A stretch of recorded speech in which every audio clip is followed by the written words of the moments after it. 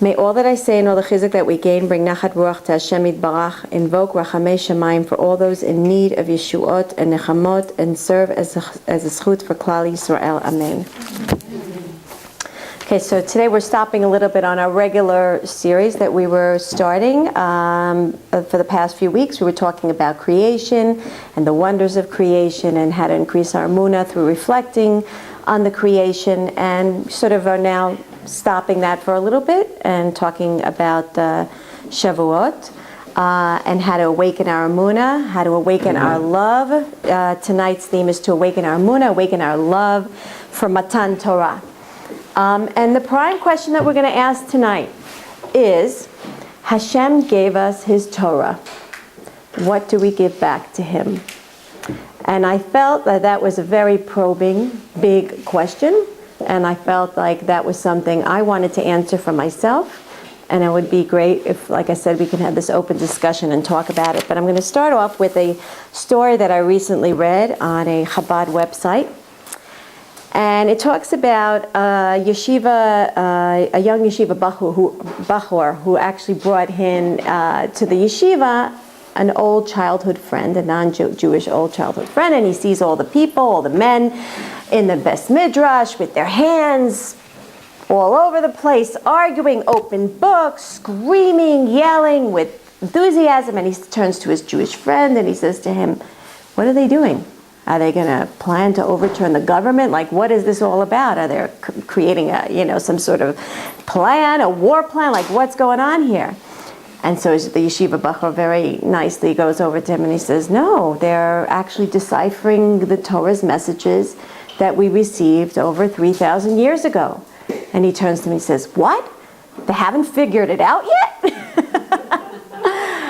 And that's what we're here. We're here to live our life to figure out Hashem's messages. Till today, we're having this open conversation with Hashem, and we're learning His Torah in order to figure out what Hashem is trying to say to us, trying to figure out Hashem's plan and figure out where we fit into that whole scheme of His master plan.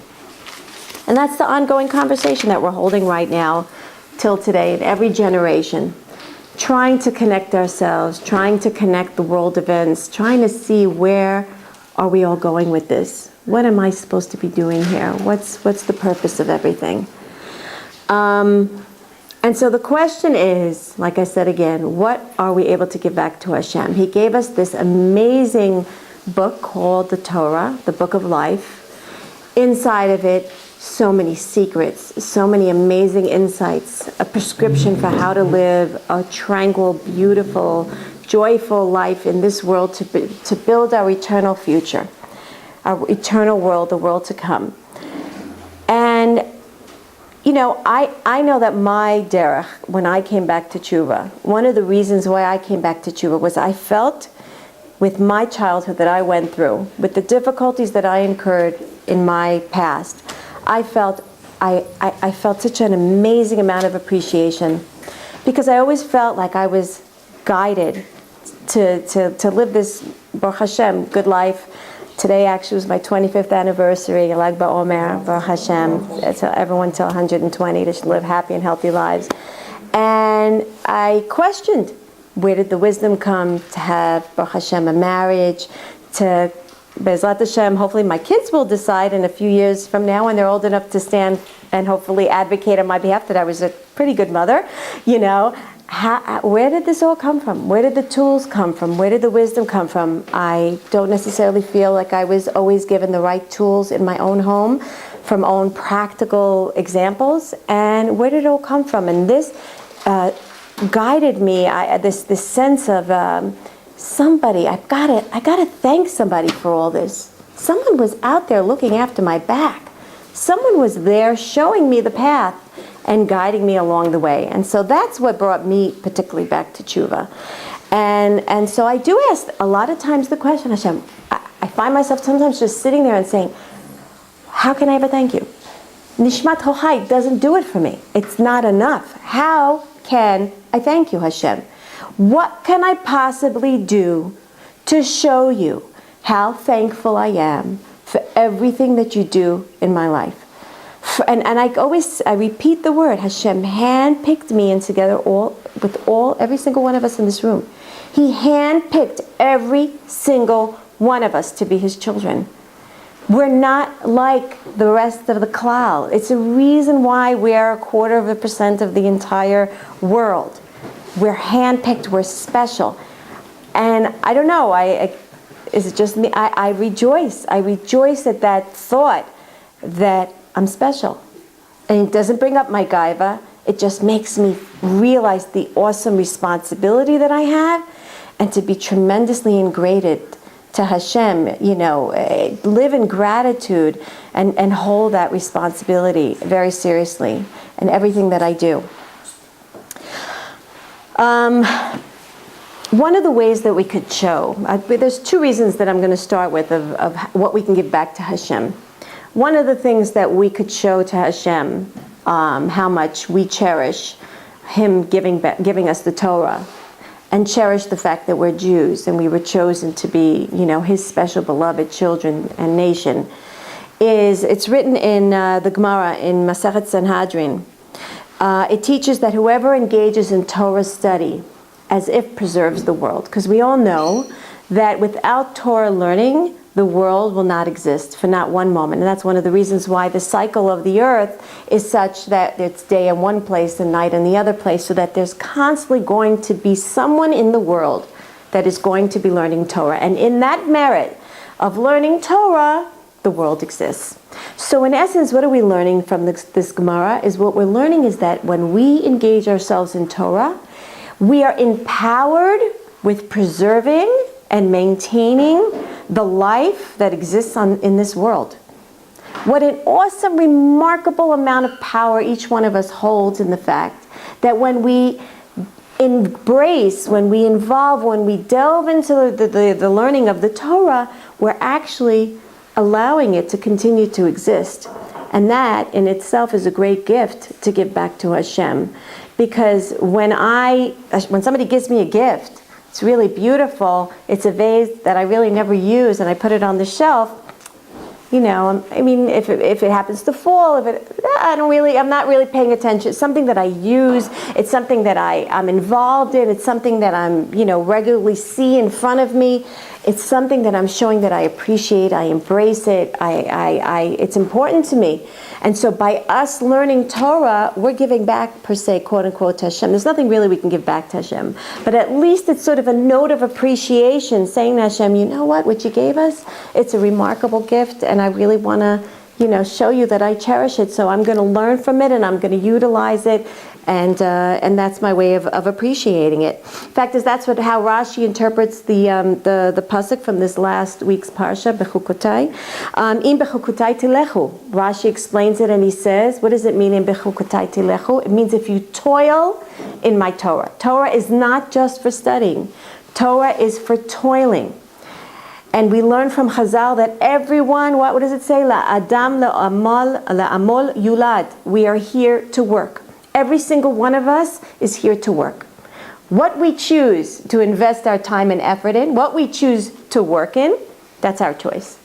Am I going to use it to satisfy my urges and my pleasures and my desires in this world, or am I going to use it for my eternal benefit and to toil in Torah? So that's my choice. But the bottom line is that's what it means to adhere and abide by Hashem's teachings. It's to live by it. It's to toil. It's to apply it. It's not just to learn and get up from the book. The fact is, when I daven for my children, what do I daven Hashem? They should learn and they should integrate what they're learning so that they'll be mekayem what they're learning. It's not enough that they should just be enlightened, that they should see the Torah, that they should see you, but it should be so that they should apply it to their everyday life, that it should be part of who they are. And when we say toiling, it means self-sacrifice. But what does it mean, self-sacrifice? What does that whole concept of self-sacrifice mean? Self-sacrifice means that I have a yearning that no matter what and no matter how difficult it is, I'm going to do it for you, Hashem. No matter what the circumstances look like in my life, I don't have the head for it right now to sit and daven. My mind is in a million gazillion other things. I just can't be focused. I can't focus on davening. Shiur, who can even think about going to a shiur Torah right now? I've had such a hard day to pick ourselves up, self-sacrifice, and to go and toil in the fact of learning Torah. And that's behind even one of the psukim in Tehillim where David HaMelech says, Ach tov v'chesed yirdefuni kol yemei chayai, that the kindness and your goodness should run after me. What does it mean, your kindness and your goodness should run after me?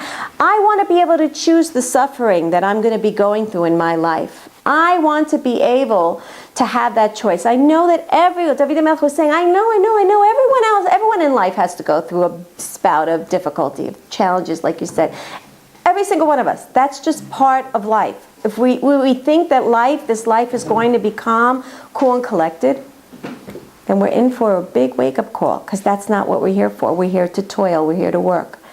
The idea is to embrace it, to embrace the challenge, to upgrade ourselves to the challenge, to see Hashem through every part of it, to grow, to spiritually be also proud of ourselves that Hashem has helped us throughout every challenge.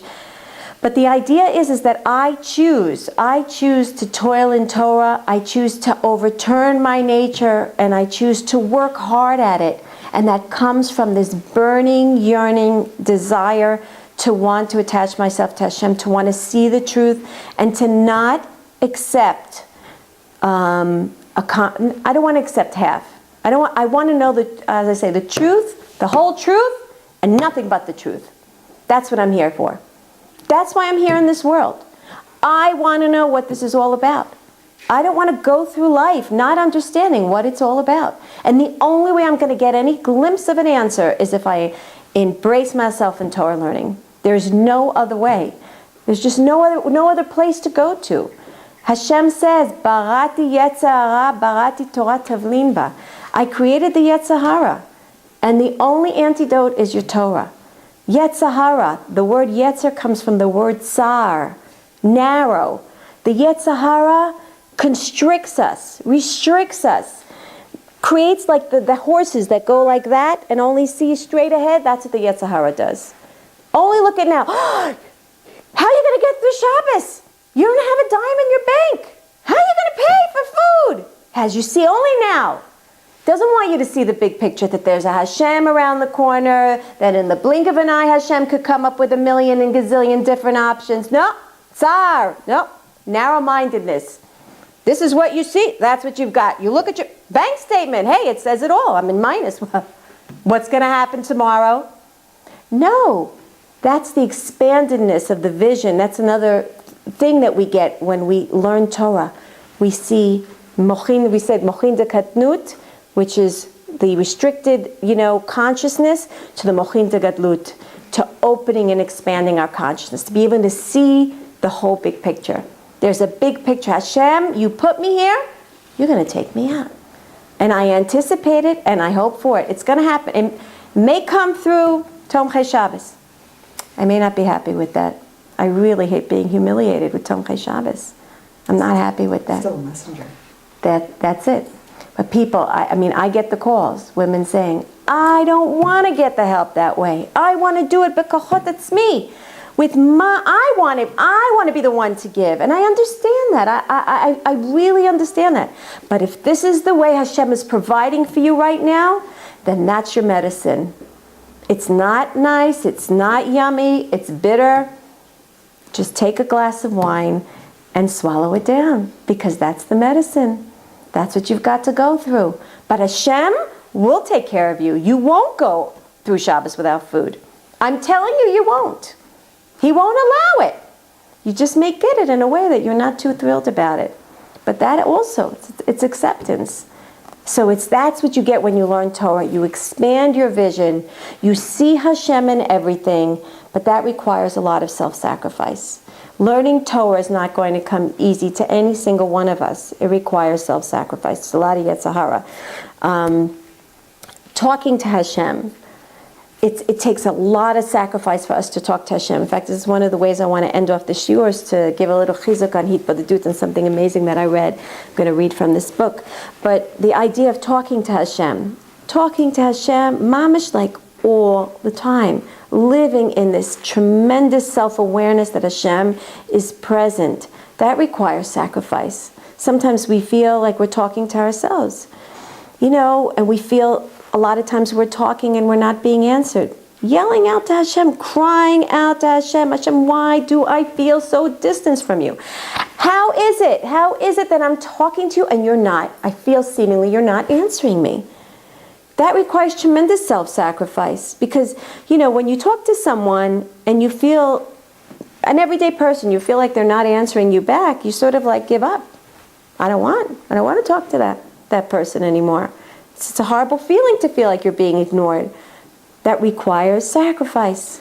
I'm going to talk to Hashem. I know that He's here with me. Help me understand, Hashem, why it is that I don't understand your ways. Help me accept it that I'm not going to understand your ways. Help me understand that I'm never going to get a true glimpse of your infinite wisdom. Crying out to Hashem, that demands a tremendous amount of self-sacrifice. And why is that so important? Why is that so very important for us, to constantly embrace ourselves with this awareness, with this keen awareness? That's what Emuna is. It's this keen awareness. Hashem is always with me. I'm never alone.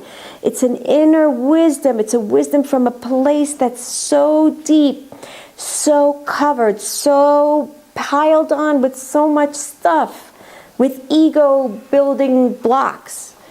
It's embedded there.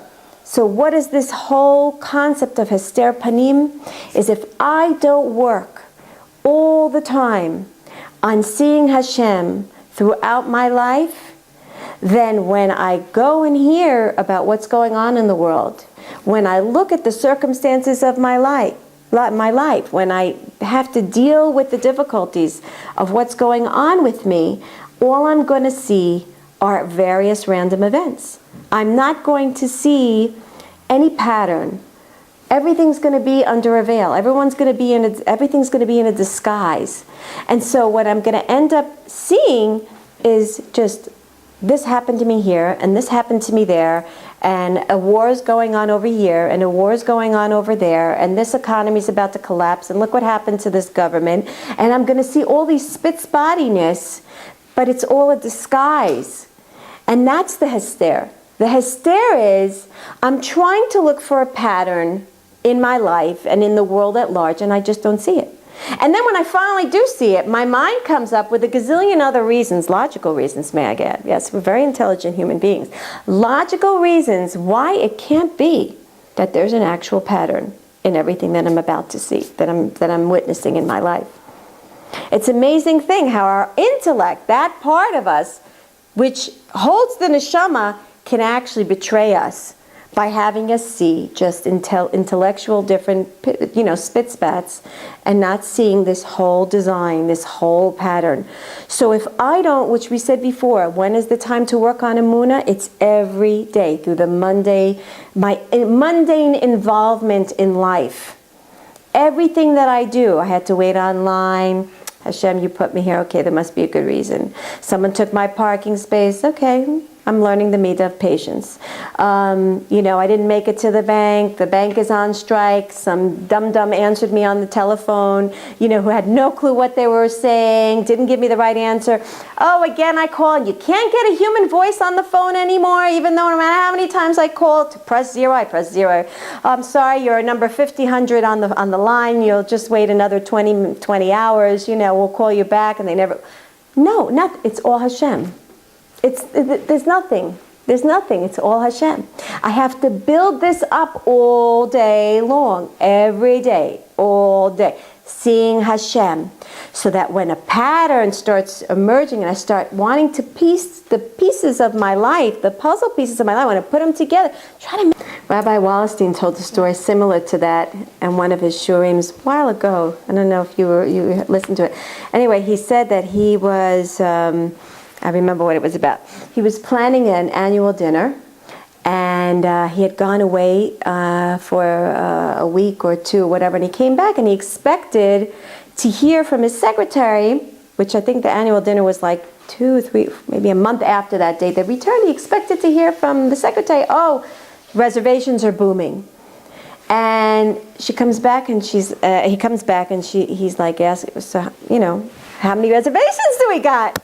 And she's like, you know, I don't know, gave him like this real low number, and he got so upset, and he's saying this on tape. He says, I got so upset. I said, that's it. My phone doesn't stop to ring all day long. My phone rings. I help people. Where are all these people? I don't take any money from any of these people. Where are all these people? Why aren't they living up to being loyal to me? Not me, or Nava. This amazing, you know, organization. Why aren't they there to show their support? And he decided, that's it. I'm done. If I don't get the support that I need to pull this through, I'm done. I'm finishing. Doors closed. I'm out of Ornava. And he said that he was driving in a car, and now he is driving in his car. He was going somewhere. Well, these thoughts are rolling in his mind, and he decided. Now every time his phone rings, he always looks at the phone, and he always sees who it is. But for some reason, he looked at the phone, and he thought he recognized the number, but he didn't. But he thought he recognized the number, and he picked it up. And it ended up being somebody he didn't know. It was some girl kvetching about a problem of hers. And she was saying something like, I have this friend of mine who I've been doing for her, and I've been giving all of my heart and soul to her, and what do? She just has no hakara satov. She has no hakara satov. What am I supposed to do? So he sat there and he thought, see, but that's someone who lives with Emuna. Right away he clicked and he connected the dots. He says, how can I be a hypocrite? How can I tell her now that she shouldn't care right? When here I am, I'm waiting for hakara satov for what I do. So he realized that Hashem sent to him this identical problem so he can confront within himself what it is that he was fighting against. And so this is the story of our lives. This is the Baal Shem Tov HaKadosh teaches us. He says everything you go through in life, everything from someone passing down the street and just happen to say a word that you happen to hear, to, you know, some random conversation when you're on the bus, you're hearing two people talking. Everything that you go through, everything you see, everything you experience, everything is a communication directly from Hashem. It's Hashem talking to you.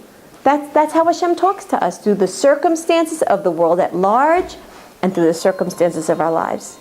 If my husband irks me every time, he doesn't validate me, you know, to give me, you know, to compliment me when I do something for him, obviously I have to work on that midah, that I'm doing it l'shem shamayim. Hashem, I'm doing it for you. I'm not doing it for validation from anybody in my. I don't need anybody to say thank you. Yeah, it's great. It's nice. It's good for chinuch. It's important.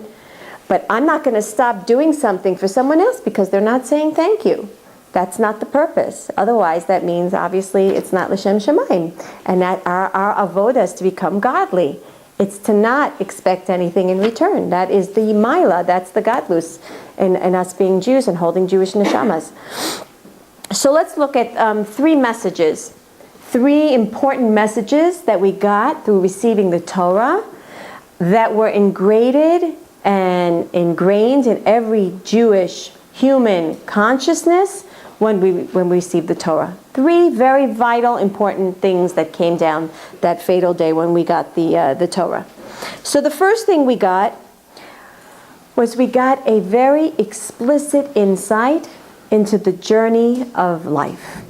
What does that mean? We were just taken out of slavery. We were brought into a place of freedom. So let's look at slavery for a minute. What is slavery?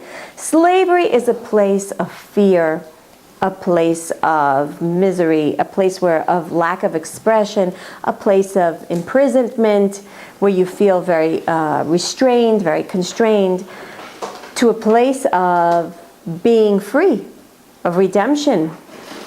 What does that mean? It means that our whole life, right there, is our whole journey of life.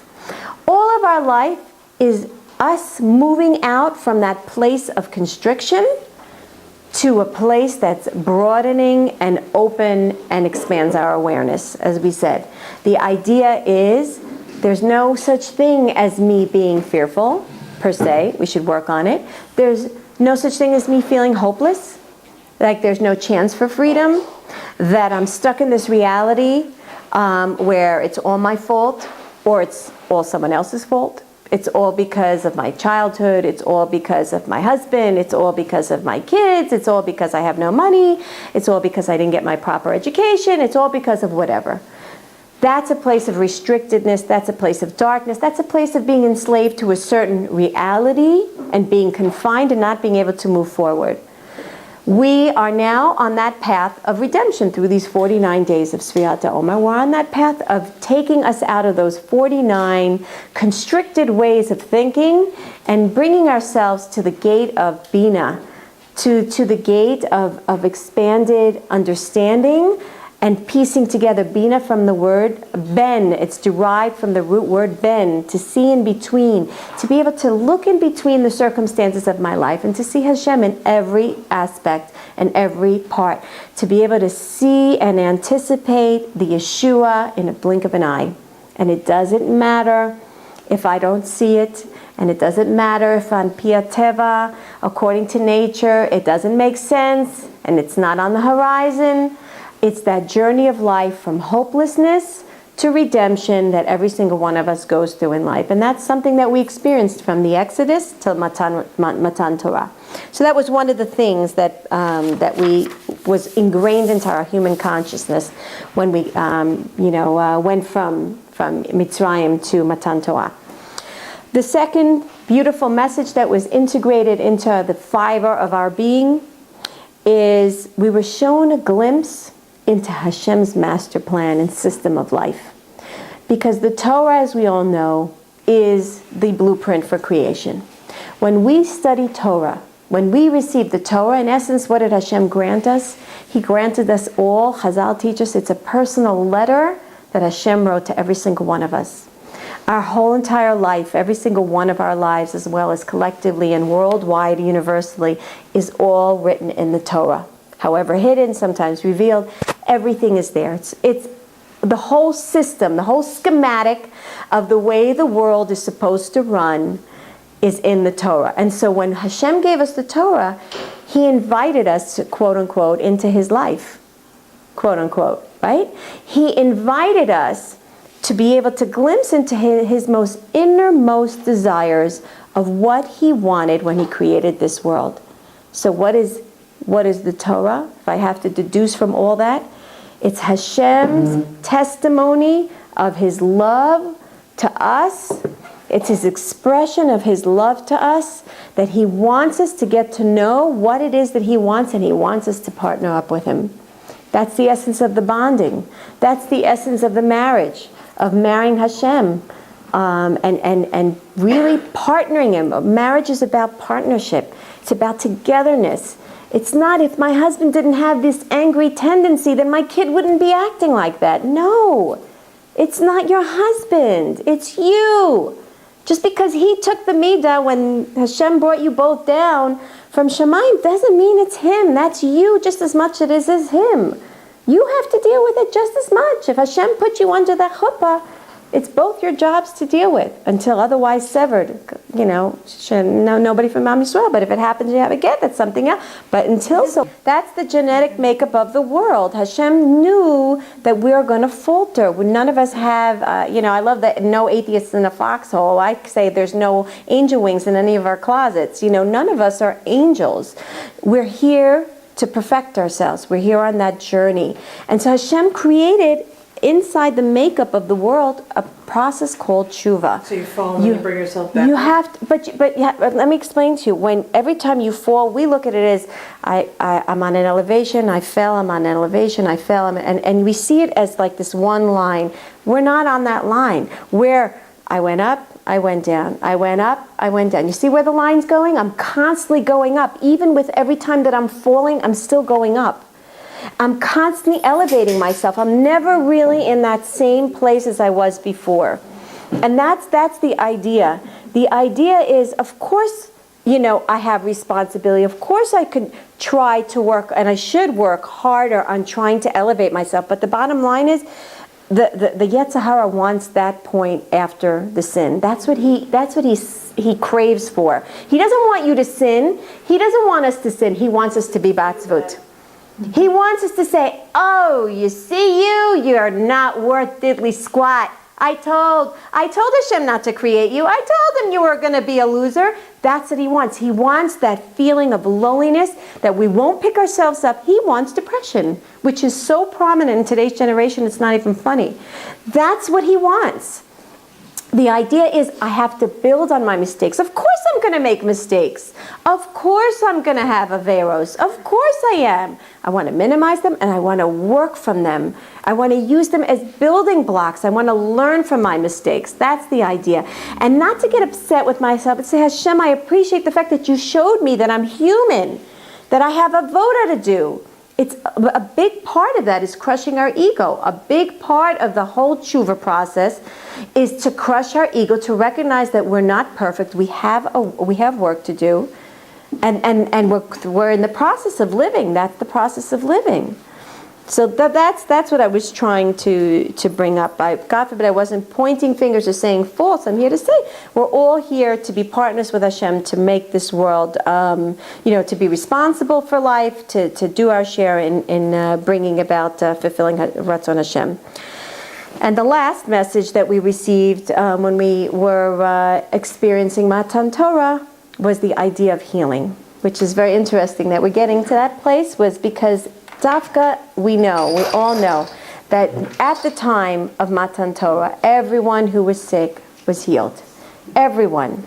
And so it's to give us that idea that nothing is permanent, that everything is temporal, that the process that we're in right now, we're in a process of healing.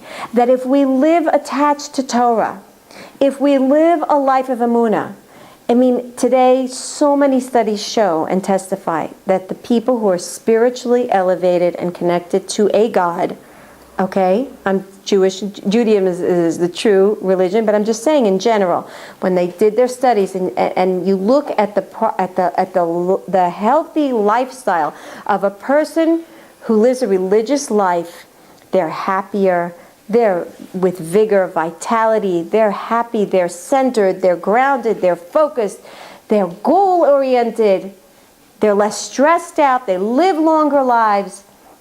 Healing is directly connected to the gift of Torah. When we have Torah, we can, Be'ezrat Hashem, also be able to heal ourselves. And we went through that whole series of Shalom Within, Without, and that was the whole process of it, is to get to that point of healing, God willing, as best as we can, Be'ezrat Hashem. What was number 2? You said 1. So the first message we got was the journey of life, right? We traveled from fear to redemption, from being slave to becoming free people. The second was that we got a glimpse of Hashem's innermost desires, of his system of life. And the third was the healing. Okay. Another thing that we need to remember, what Hashem did, and the way he presented to us the Torah, was we personally witnessed everything. We witnessed with our eyes. We saw Moshe ascend to the burning mountain. We personally heard. We heard Hashem speaking. We personally witnessed the whole thing. And it was ingrained in the collective psyche of Klal Yisrael. It wasn't just a one-man experience. And this is constantly relived from generation to generation, from Chag Shavuot to Chag Shavuot. It's more and more and more ingrained. And so this was the beginning point. This was the pinnacle of Emuna, right here, because we witnessed it. And again, every single one of us has that innate knowledge. We were all gifted to it. As I always say, we all had a chavruta when we were in utero.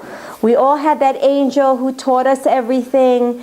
It's all there. Therefore, when we go through life and we learn Torah and we learn insights, it feels right. You can't express that to someone who's not Jewish. They don't get it because they weren't taught it before. They have nowhere to connect to. Because we knew it from before, it resonates a familiar bell in our mind. We can connect to it in a way that nobody else understands. So that's why it's an irrational knowledge. It's not a knowledge that you can express in worldly terms. It's not something you can say to someone, well, how do you know? I just know. Like, how do you explain it? How do you explain it?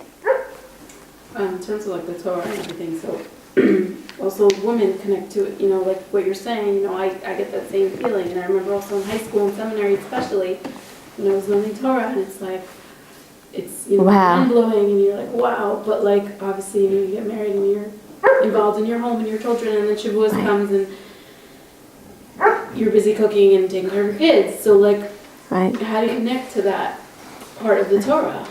So I go to my analogy that Hashem is the conductor and every single one of us plays on tune. Your job right now, your cue to play your musical instrument is right now taking care of your children. That's that musical note that you need to play in the orchestra of Hashem.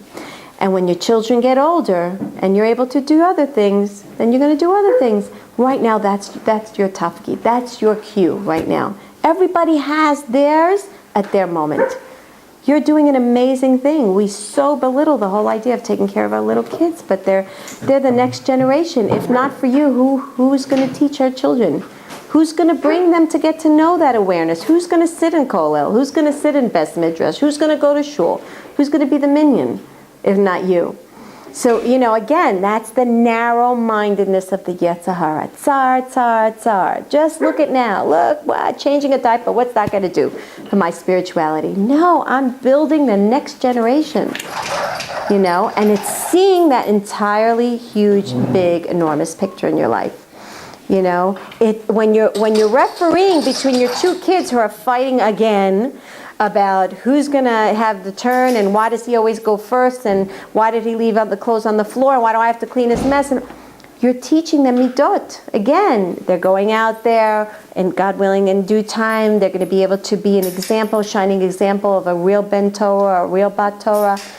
We have to see the bigger picture in everything, not just to focus on now. Life is not only about what I'm doing right now. There's a purpose. There's a whole thing ahead of me. That's really where we get our chizuk from, Bezrat Hashem. And Rabbi Nachman teaches us that Torah learning, whoever is involved in Torah learning, brings a glow. He has a glow around his face. And only someone who's really spiritually inclined will be able to see that glow. He'll be able to appreciate that level of spirituality. And that comes from being, again, tied into Hashem's truthful reality. It's very tiring. Sometimes I at one point I didn't understand how the men in Beth Midrash, they're so tired and they come home and, why are you so tired? I know sitting, learning, of course it is. Never could understand how it really pulls and draws all the life vitality out of you. And I understand that it really is. It takes a tremendous amount of exertion, a tremendous amount of sacrifice to be able to sit there and use your mind and connect to something that is not readily, understandable. It takes a tremendous amount. And so that's where that glow comes from. It comes from the effort of the work. And the work comes from our desire. Everything starts from the yearning. The more I desire, the more I want to come close to Hashem. He agrees with me with all his heart. Then the more Be'ezrat Hashem I'll be able to connect to HaKadosh Baruch Hu. So I want to read a little something here that I felt was very meaningful. I read over Shabbat because I feel like with every shiur that we talk about Emuna, I feel like a very key point, which I feel personally that I think that I don't emphasize enough, is the whole inyan of hitbodedut, of private secluded prayer. And the reason why I felt that way, that I don't talk enough about it, is because I have so many women who ask me about it. So I feel like, and these are women that see the shurim, so I really want to talk a little bit more about it, hopefully on an ongoing basis, of the importance of really reaching out to Hashem. Because, I think a lot of us feel like we talk to Hashem. Here and there we talk, we have conversations, a word here. Sometimes it could be just a scream to Hashem, which is not really a talk, but whatever. The bottom line is we want to have a really intimate bond with HaKadosh Baruch Hu. And so I wanted to read this section from this book that I got. It's called You Are the Heart of the World. It's by Rav Erez Moshe Doron. He's an amazing Rav, a Breslever Rav, and he talks, this whole book is about Hitbodedut and personal stories and descriptions about Hitbodedut and how to get ourselves and motivate ourselves to doing it. So it's a little bit long, but bear with me. I think you're going to, hopefully get out of it what I was able to get out of it. Hitbodedut, so intangible and so private, so deep and so Jewish, so specific and so unique. What can be said about it? How can I describe it? It's the most meaningful gift a person can receive here on earth. I heard in the name of a great rabbi that if a deceased person would be given the chance to return to this world for a short time and do just one thing, he would talk to God. There is nothing more powerful or effective. I've seen it happen thousands of times, and I'm just a beginner, but there are people who have been practicing Hitbodedut regularly for 30 years, some for 60 years. I've been practicing it only for 8. In the course of these 8 years, with all the different phases, changes, and ups and downs of my life, even if I was in the worst depression, feeling utter despair, I could never say that I felt stuck.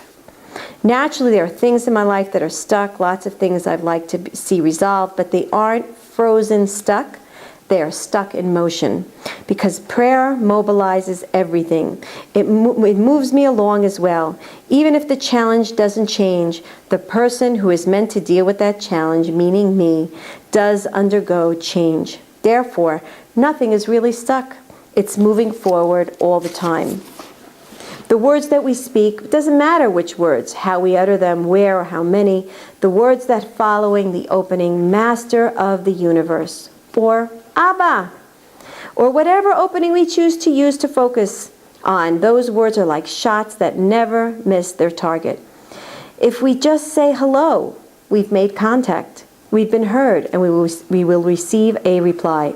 There's no such thing as no reception, a busy signal, call waiting, voicemail, or an answering service.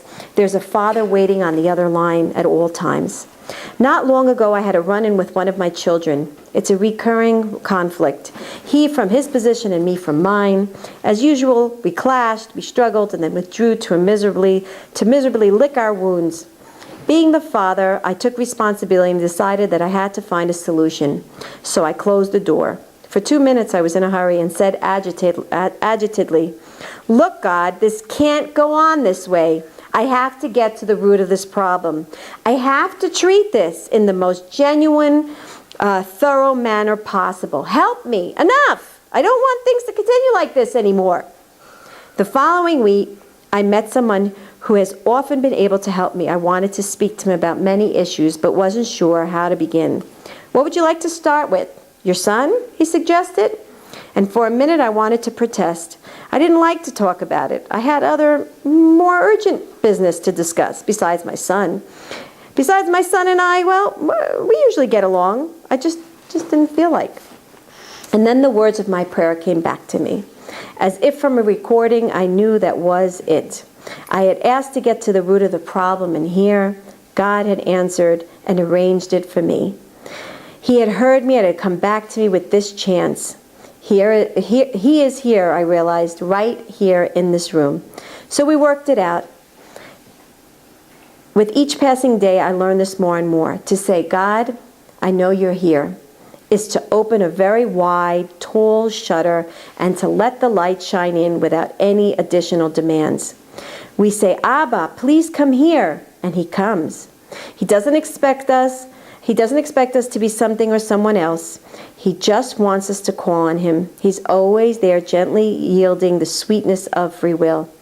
10 years ago, I tried to volunteer at an institution for children with cerebral palsy. I went with a friend in the evening and kept the children occupied for a while. There were 10 children, each at the developmental level of a baby, notwithstanding their chronological ages. After a month, I stopped. It was too hard.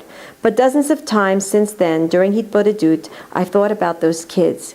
even the most severely disabled, those who were almost completely paralyzed, who didn't respond to any external stimuli, even they were cared for with love and devotion. The families would come to visit, they'd buy them cute outfits and drawings. Even though these children were so ill, they were loved. Does our Father, the Master of the universe, love us any less? As disabled as we are, paralyzed, unresponsive, developmentally arrested, and barely able to move a hand or a foot, He still loves us. All we have to do is open up our mouth and yell out, Abba, and He's there. That's basically the gist of it. The bottom line is, if we really want to make and build a relationship with Hashem, it's to learn the Torah and through that continue that conversation which we began the whole shiur with, is to continue the conversation that began on that fateful day of Matan Torah, is to continue to have our conversation with Hashem. And we do that through doing hitbodedut, through setting aside a time to talk with Hashem every day, if not every day, once a week before Shabbat, if not that, once a month, Rosh Chodesh. Try to find a time where it's just me and you. Me and you, Hashem. One-on-one, face-to-face, talking about issues. And I tell you, as I can't believe that it happens to me, you get clarity of thought. I don't know how. I don't know the way it's done. It's done from some spiritual realm that I'm not privy to understand. But Hashem talks back to us. When we talk to Him and we open ourselves up to His language and His way of speaking, He talks back to us. Be'ezrat Hashem, next week we'll continue on this path to learn about how to yearn, how to come close, how to grow in our Emuna, and Be'ezrat Hashem we should be matzliach to really feel the goodness and love of Hashem. Amen. Any questions, any thoughts? I was going to share a story, but I'm not going to.